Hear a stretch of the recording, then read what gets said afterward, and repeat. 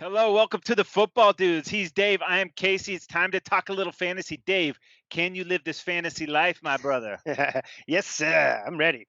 All right. So what we do is we run through NFL.com. We have a 12-team league, non PPR, no flex, three wide receivers, and two running backs. 6 points for a touchdown for the quarterback, as it should be. Dave, run the people Yes. through how our waiver wire works, though. Yeah. So the waiver wire is if you do not select a waiver wire for that week, then you end up moving towards the top. So there's some value in holding back on the waivers to make sure that when it's right, you pounce. In the meantime, pick up a free agent here and there. Yeah, I was the 11th pick in our 12 team. So I was number two on the waiver wire. So I had to go ahead and pull the trigs on that today. Dave, actually, a lot of activity at the running back position. Yeah, man, there sure was. It was Malcolm Brown, James Robinson, Hines, Peyton Barber, as well as Benny Snell and Adrian Peterson. So a slew of backs, as usual, the running back position in demand on the waiver wire. Yeah, dude. And what else is sweet about our league? We only have five bench spots, so you really have to Yeah, make some tough decisions. And sometimes some good talent gets released because you just have to due to buys or injuries. I actually was able to pick up Debo Samuel today. I'm just going to stash him there for a couple weeks and hope he sitting gets on him. gets that foot back in order. But Dave, let's go ahead and start with the quarterback. Tell me one that you might pick up if you have to stream or just if you had a crappy first quarterback draft. Yeah, well, how about Mitchell Trubisky? Wow, what an exciting game he had. A fantastic performance with the game winning drive late there. Mitchell Trubisky going against the Giants defense. You got to wonder, can he do it twice in a row? Roll the dice. Yeah, and how about Jimmy G? He's still sitting out there. It is across country, but going to face the depleted Jets defense. Jets aren't going to be able to get much going on offense. Lots of opportunities for Jimmy G and that San Francisco offense to bounce back after last week's loss to Arizona. Dave, we just mentioned all the running backs, but it's still a little meat on that bone. You got to gnaw it off. There's got to be No, something. yeah, not a ton of me, Casey, but we're digging. So, if I, at the top of the list for me would be Jarek McKinnon. He's going against that Jets defense that doesn't have Jamal Adams anymore, doesn't have a lot of dudes anymore. Guys opting out that are starting linebackers, etc. McKinnon, he's going to be serviceable there for the 49ers. Yeah, dude, and I'm gonna look at the Dolphins. I know they have Breida and they have Matthews, but Miles Gaskin last week got 40 yards rushing, almost 30 yards receiving.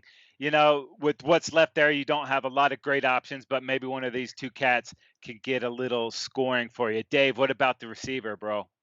Yeah, I'm going to go with the you make your call, either Cole or Chenault Jr., both for the Jaguars. You got to wonder if you can trust the mustache for one more week. He was phenomenal throwing the football last week, and these guys were on the receiving end. Both of them really fared well in week one, and they're sitting here right ready to be taken.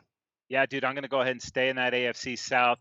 Corey Davis, man, this guy was a top six draft pick just a couple years ago. Hasn't lived up to the billing, but AJ Brown's a little banged up in this game.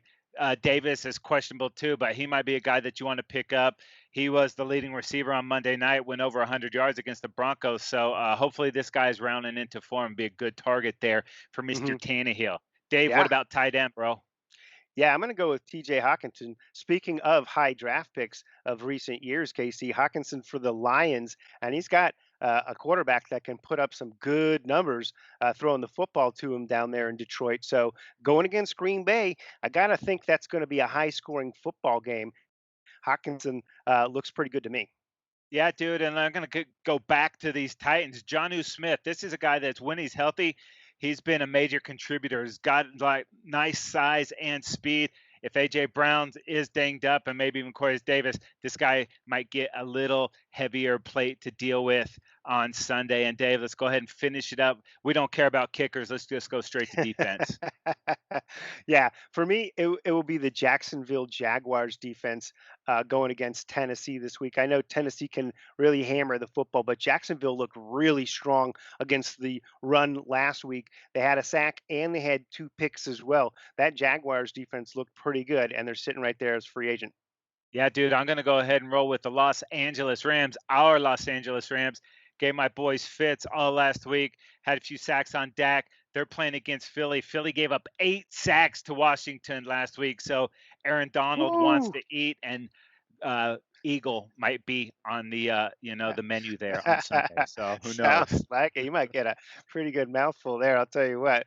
Be spitting out feathers. That's right. Hey, you guys come back next week. Subscribe to the Trend Zone. You can get that at Apple Podcast or Spotify. That's where we go over the fantasy results from the previous week and all the top trending stories in the NFL. Or just go ahead and head on over to footballdudes.com. For Dave, I'm Casey. We're out of here. Enjoy the games, people.